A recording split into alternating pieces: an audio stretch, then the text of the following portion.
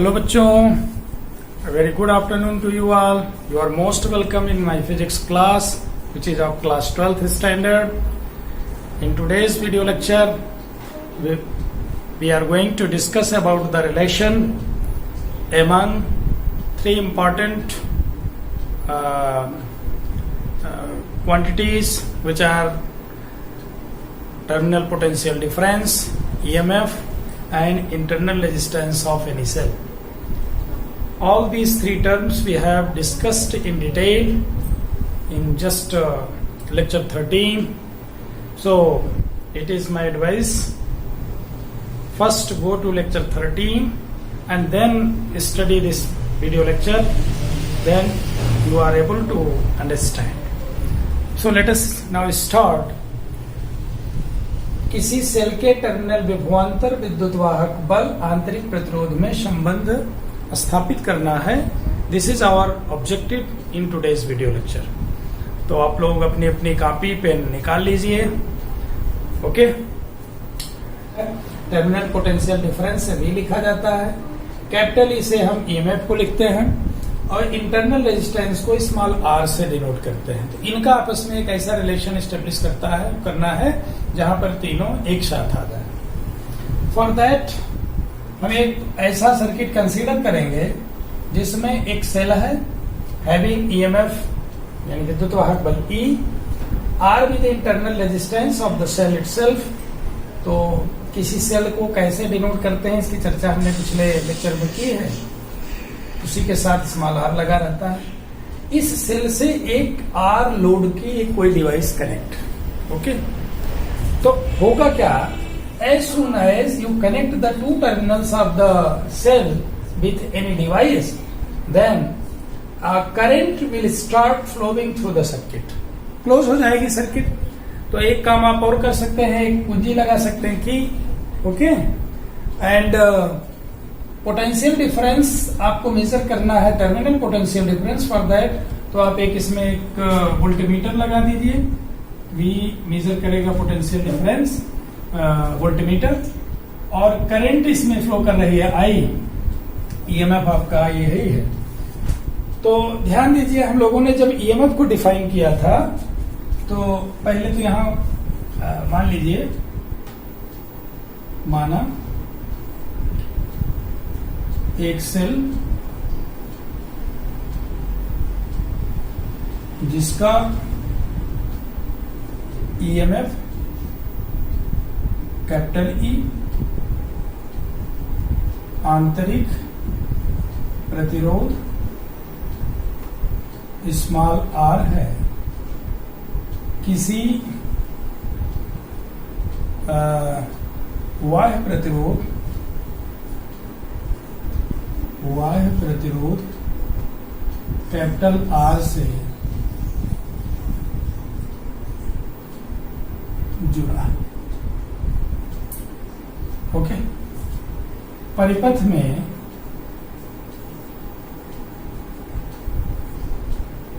प्रवाहित धारा आई है. टी सेकंड में प्रवाहित आवेश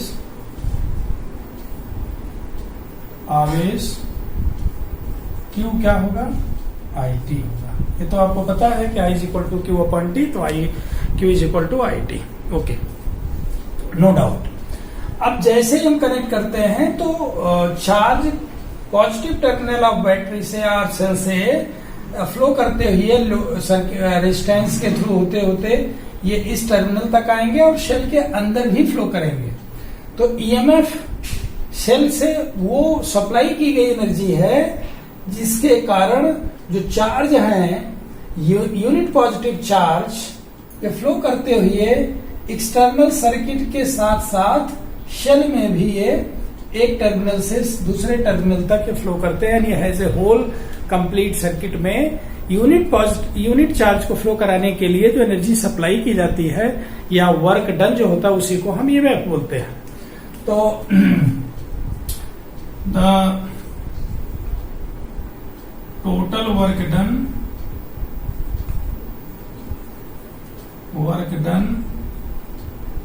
in flowing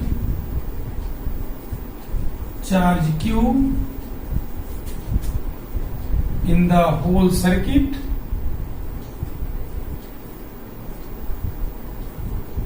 that is W is equal to E into Q. ये कहां से आया? Because we know E is equal to W upon Q. ये डेफिनेशन से आया.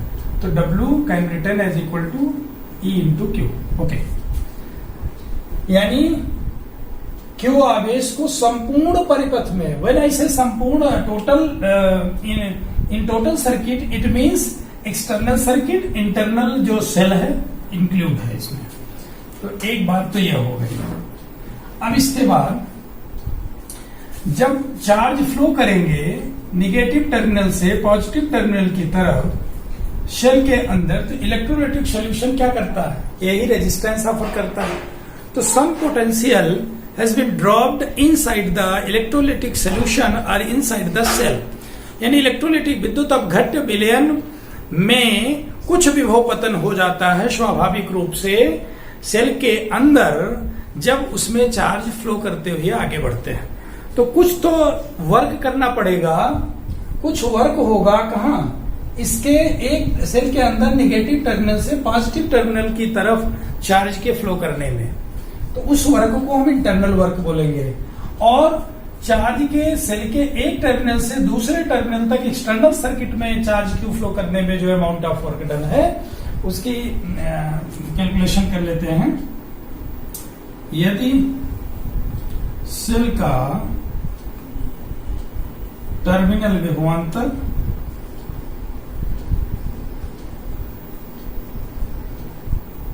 V हो तो क्या होगा? बाह्य परिपथ में Q आवेश प्रवाहित होने में कृत कार्य W is external is equal to V into Q. ये भी ध्यान दीजिए, हम जानते हैं V terminal potential difference W external upon Q होता है. तो W एक्सटर्नल ये आ गया. ओके, तो this we can write V into I into T. Okay, या V Q केवल इतना लिखिए. अब इसके अलावा यदि सेल के अंदर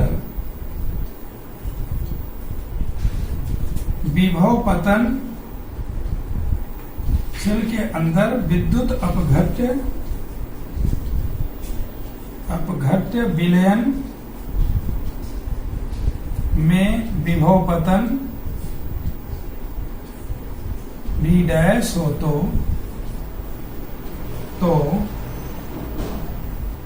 आंतरिक कार्य किसमें? सेल के निगेटिव टर्मिनल से पॉजिटिव टर्मिनल, यानी सेल के अंदर एक टर्मिनल से दूसरे टर्मिनल तक चार्ज क्यू के फ्लो करने में कृत कार्य W इंटरनल होगा. And this W internal is nothing but V dash into Q. Okay, तो इसको अगर हम देखें तो ऊर्जा संरक्षण के नियम से क्या होगा? E total work W can be written as W external plus W internal. Okay, and W is nothing but E into Q is equal to V into Q plus V dash into Q. Or you can say E is equal to V plus V dash, you can write as I into R, I into R, Q cancel हो गया, Q cancel हो गया. As we know that V dash is equal to I into small R. Small r क्या है? आंतरिक प्रतिरोध है, आपको पता ही है. विभव पतन जो सेल के विद्युत अपघट्य विलयन में होगा V डैश है, तो V डैश को हम I इंटू स्मॉल r लिख सकते हैं. तो इसे हम लिख सकते हैं E के बजाय V is equal to E minus I into small r.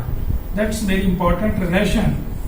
Here we have terminal potential difference, EMF and internal resistance of the cell, and this relation is the relation which we want to establish, but इसके साथ साथ हमें और बहुत सारी चीजें पढ़नी हैं.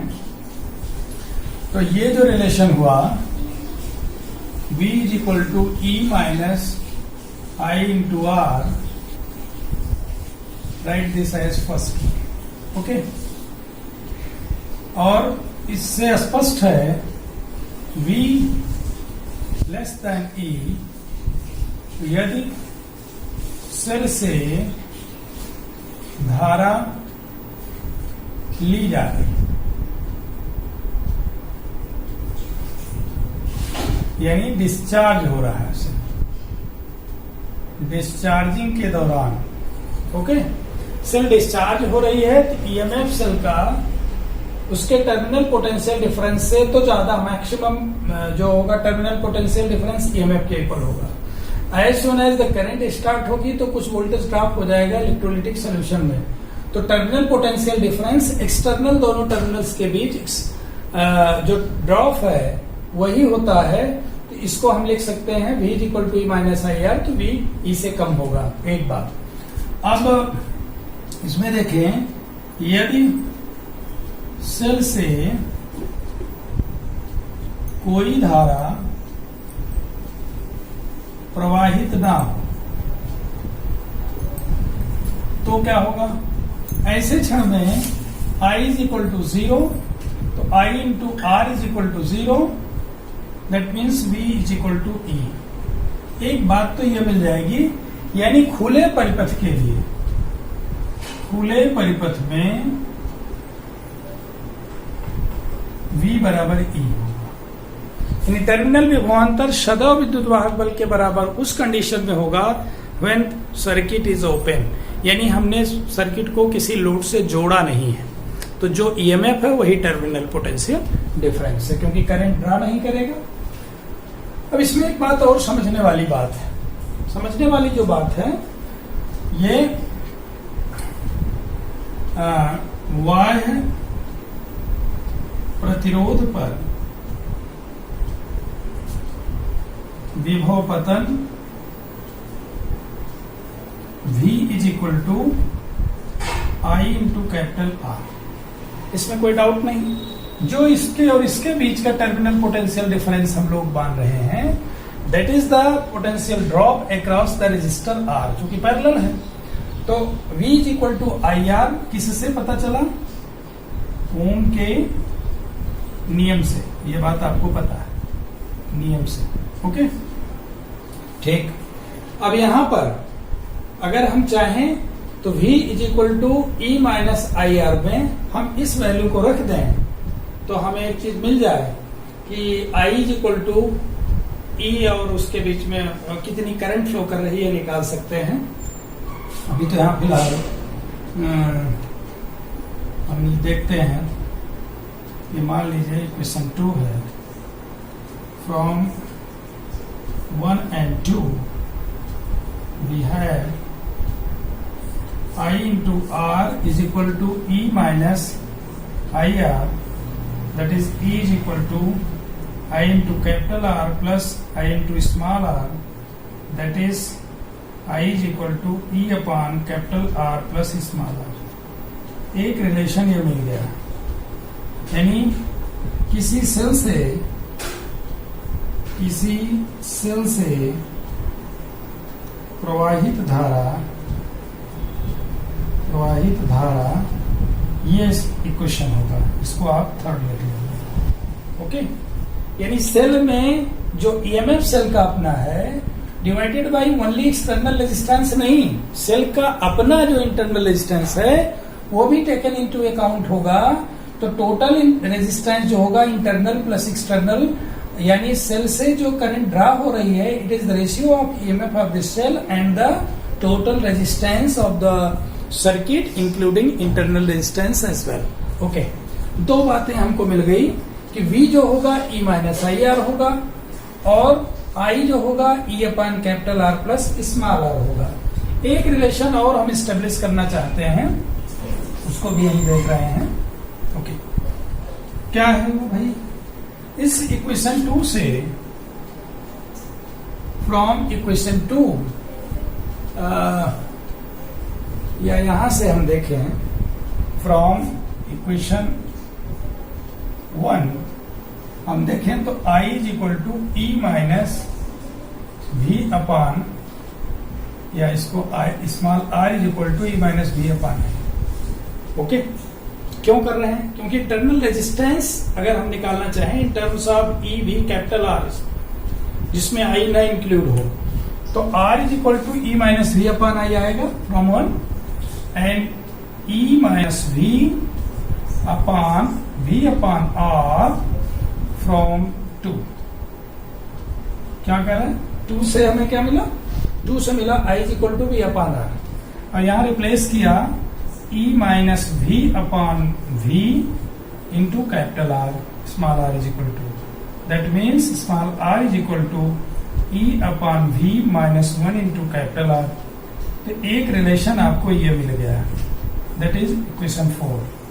तो relation first one, third one and fourth one, they are most important relations while studying while we are dealing cell circuit containing cell। उसमें यहां पर देखिए ध्यान देने वाली बात है, we can calculate the internal resistance of any cell provided we know the terminal potential difference V, we know the EMF of cell capital E and external resistance with which the circuit is connected। यानी cell जिस circuit से connected है उसका external resistance क्या है ये मालूम हो तो हम सेल का अपना इंटरनल रेजिस्टेंस निकाल सकते हैं। Each equation has first, third and fourth has got its own physical significance, और जो हमारा रिलेशन स्टेब्लिश करना था V is equal to E minus I R, it is very well and it is valid only when if the current is drawn from the shell, okay, or if cell is working properly and if it is discharging, then in that very case the terminal potential difference will always be less than the EMF of the cell itself, but there may be a situation like that। Now let us discuss some other factors as well। कुछ अन्य चीजों पर हम discussion करने जा रहे हैं। सबसे पहली बात, note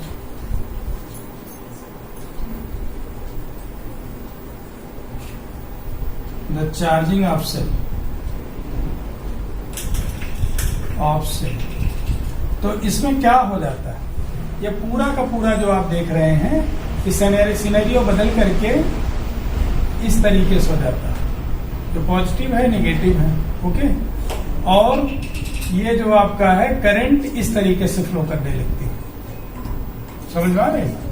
यानी करंट जो है पॉजिटिव से नेगेटिव की तरफ नहीं बल्कि पॉजिटिव की तरफ जाती है और नेगेटिव से निकलती है। तो कुल मिलाकर के करंट ड्रा करती है, करंट इसमें अंदर जाता है, इंक्लूड करती है।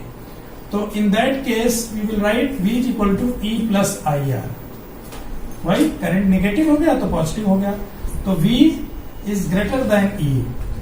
During charging of a cell the terminal potential difference will always be greater than the EMF of the cell itself। जब सेल कंप्लीटली डिस्चार्ज हो जाती है तो उस समय उसका EMF 0 हो जाता है, वो कोई करंट नहीं ड्रा करती है। तो जब उसको हम चार्ज करते हैं तो EMF धीरे धीरे बढ़ता है। ओके, तो अब इसको हम ग्राफिकली अगर शो करें तो ग्राफिकली देखने से एक बात यह स्पष्ट होती है, ड्यूरिंग चार्जिंग ऑफ सेल की बात, डिस्चार्जिंग ऑफ सेल में एक ग्राफ प्लॉट करें between EMF, sorry terminal potential difference B and flow of current itself. Okay, तो जैसे जैसे हम करंट को देखते हैं, सबसे पहले जब करंट 0 है तो टर्मिनल पोटेंशियल डिफरेंस किसके बराबर है? E के बराबर है। ये पॉइंट आपका E है, और धीरे धीरे धीरे धीरे ये क्या होता है, ये 0 हो जाता है। ओके, तो ये ग्राफ आता है V और I में, क्योंकि V is equal to E minus I R से जब हमारा I इज इक्वल टू हो जाए, किसके बराबर हो जाए, I मैक्सिमम हो जाए। I मैक्सिमम होने से क्या मतलब है, I maximum E upon capital R हो जाए, सॉरी E अपान स्मॉल r हो जाए, तो इस केस में टर्मिनल पोटेंशियल डिफरेंस क्या हो जाएगा, 0 हो जाएगा। और यहां पर when I is equal to 0, V is equal to E, graph यही शो भी कर रहा और निगेटिव स्लोप के साथ धीरे धीरे टर्मिनल पोटेंशियल डिफरेंस घटेगा। लेकिन इस केस में देखिए, इस केस में terminal potential difference by increasing the current क्या हो रहा है, बढ़ रहा है। ओके, अब यहां पर इसमें एक रिलेशन देखें क्या आता है, तो इसका ग्राफ कुछ अलग आएगा। अब इसमें हम लिख सकते हैं V is equal to I R, एक बात तो ये है, तो I is equal to V upon R लिख सकते हैं, तो E minus V is equal to I R, यानी E minus V is equal to I को हम लिख सकते हैं V upon capital R into small r, और E इज इक्वल टू हो गया V 1 plus small r upon capital R, that means V is equal to E upon 1 plus small r upon capital R। एक relation यहाँ से दिख रहा है, और इससे एक बात ये पता चल रही है कि एज सुन एज हम स्मॉल r को बढ़ाते जाए तो V का मान घटता जाएगा। R पर तो हमारा कंट्रोल है नहीं, लेकिन अगर हम R को बढ़ा रहे हैं, इंक्रीज कर रहे हैं, और R को हम इन्फिनिटी पे ले गए, तो जब R को इन्फिनिटी पर ले गए, दो सिचुएशन है, R को इन्फिनिटी पर ले गए तो पूरा होल टर्म क्या हो गया, 0 हो गया, V इज इक्वल टू क्या आ गया, E आ गया। लेकिन जैसे जैसे R को बढ़ा रहे हैं वैसे वैसे ये क्या हो रहा है, होल टर्म कम होता जा रहा है, यानी V की वैल्यू बढ़ रही है। तो during discharge charging of cell, cell के आवेशन में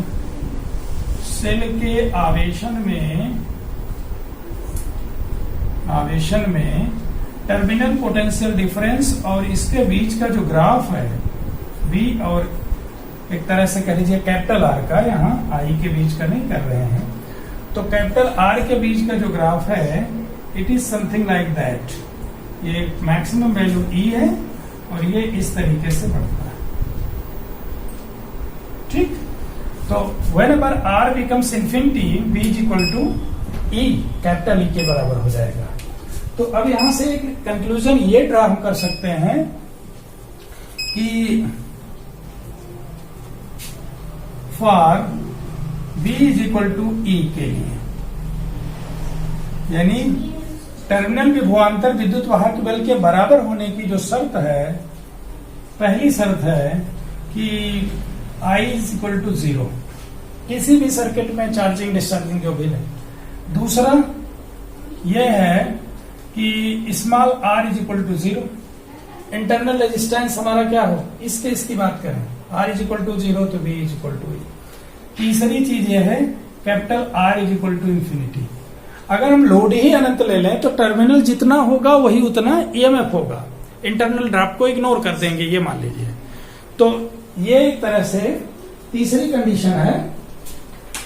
तो आज हम लोगों ने जो सीखा, किसी सेल का EV और स्मॉल r में क्या रिलेशन है, कैसे हम किसी सेल से जो करंट ड्रा हो रही है उसको निकालेंगे in terms of I is equal to E upon capital R plus small r, और कैसे हम निकालेंगे R is equal to E upon V minus 1 into capital R, internal resistance कैसे निकालेंगे, और ये रिलेशन, तीनों रिलेशन को पढ़ा। ग्राफी निरूपण चार्जिंग के दौरान, डिस्चार्जिंग के दौरान कैसे ग्राफ आता है, terminal potential difference versus current में या वर्सेस कैपिटल R में। और अब आपको हम कुछ न्यूमेरिकल्स इसमें बताएंगे which are just related with the cell, और ये न्यूमेरिकल आपके NCERT में दिए गए हैं, that's why you should know. तो सबसे पहला न्यूमेरिकल है क्वेश्चन, एक सेल जिसका विद्युत वाहक बल 12 वोल्ट, आंतरिक प्रतिरोध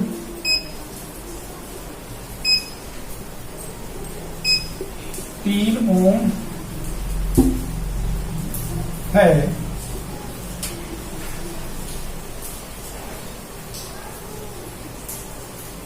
से यदि प्रवाहित धारा 0.5 एम्पियर है तो सेल से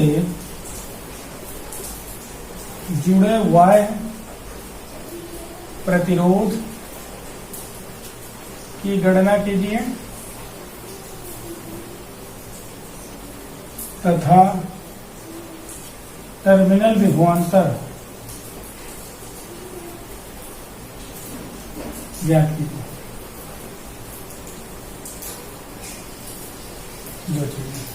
इस प्रश्न में दो पार्ट हैं। पहला पार्ट तो यह है कि आपको शेल से कितनी उस करंट के फ्लो कराने के लिए कितना रेजिस्टेंस कनेक्टेड है लोड, और दूसरा कितना टर्मिनल पोटेंशियल डिफरेंस होगा सेल का। तो सबसे पहली बात यह है, सेल का ईएमएफ दिया गया है 12 वोल्ट। पहले आप क्वेश्चन में गिवन कंडीशन क्या क्या दी गई है इसको जरूर लिखिए। Small r is given 3 ohm, okay, that's good, and also we have given I is equal to 0.5 ampere, that's very nice, and we have to find out capital R and also terminal potential difference की दो चीजें पता करनी है। तो अब यहाँ पर हमें पता है किसी भी परिपथ में जिसमें लोड लगा है एक सेल से कनेक्टेड है, I जो होता है E upon capital R plus small r होता है। That's very simple. अब यहाँ पर हमें एक्सटर्नल रेजिस्टेंस पता करना है, तो capital R plus small r is equal to E upon I, okay. और यहाँ पर E की वैल्यू 12 है अपॉन 0.5 है, दैट इज इक्वल टू 24। तो अब हमारा जो कैपिटल R हो गया 24 माइनस R, दैट इज 21 ये बात पता चल गई। फिर से ध्यान से देखिए, हम लोगों ने जब पढ़ा था, अभी पढ़ा, एक सेल है, इसका अपना इंटरनल रेजिस्टेंस R है, ईएमएफ E है। जब किसी एक्सटर्नल रेजिस्टेंस के लोड से कनेक्ट होता है R से, इसमें जो फ्लो करने वाली करंट है ये कितनी होती है, I is equal to E upon capital R plus small r, यही होती है। अब इसमें करंट दी गई है, R की वैल्यू फाइंड आउट करनी है, तो 21 हो गया। टर्मिनल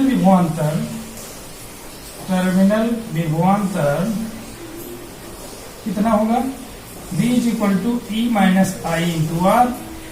अब E कितना है 12 वोल्ट, माइनस I कितना 0.5, ये कितना है R कितना है 3 ओम, तो 12 माइनस 1.5 दैट इज 10.5 वोल्ट। तो टर्मिनल विभवांतर। एक चीज और वेरीफाइड हो गई, V is less than E। आपने प्रैक्टिकली देख लिया कि जो V है, जब भी सेल से करंट ड्रा होगी, in that very case the terminal potential difference will always be less than the EMF of the cell itself। तो वो आ भी रहा है। इसी को हम दूसरे रूप में कहें कि अगर सेल में करंट जा रही है, किसी एक्सटर्नल सोर्स से पावर सप्लाई से कनेक्ट करके सेल को हम चार्ज कर रहे हैं, तो क्या होगा, सेल का टर्मिनल पोटेंशियल डिफरेंस धीरे धीरे बढ़ेगा, क्योंकि सेल का अपना चार्जिंग के दौरान ये रिलेशन हो जाता है, ये V is equal to E plus I R. ठीक है, तो ये इसी तरीके से सेल पर रिगार्डिंग आप और भी क्वेश्चंस ले सकते हैं। किसी भी सेल में, अगर किसी सर्किट में अगर कई सेलें जुड़ी, सपोज करिए, कोई जरूर नहीं कि एक ही सेल जुड़ा, कई सेलें जुड़ी हो सकती हैं, तो उसमें फ्लो करने वाली ऐसे सर्किट में फ्लो करंट निकालने के लिए हम नेट ईएमएफ निकाल लेते हैं सेल का, पूरे परिपथ का, नेट रेजिस्टेंस निकाल लेते हैं, इंक्लूडिंग आपका इंटरनल एंड एक्सटर्नल सबको मिला करके, तो फ्लो ऑफ करंट की वैल्यू इस तरीके से निकालेंगे। इसका डिस्कशन हम करेंगे नेक्स्ट लेक्चर में, जब हम ग्रुपिंग ऑफ सेल्स की बात करेंगे। ओके, तो आज के वीडियो लेक्चर में बस इतना ही।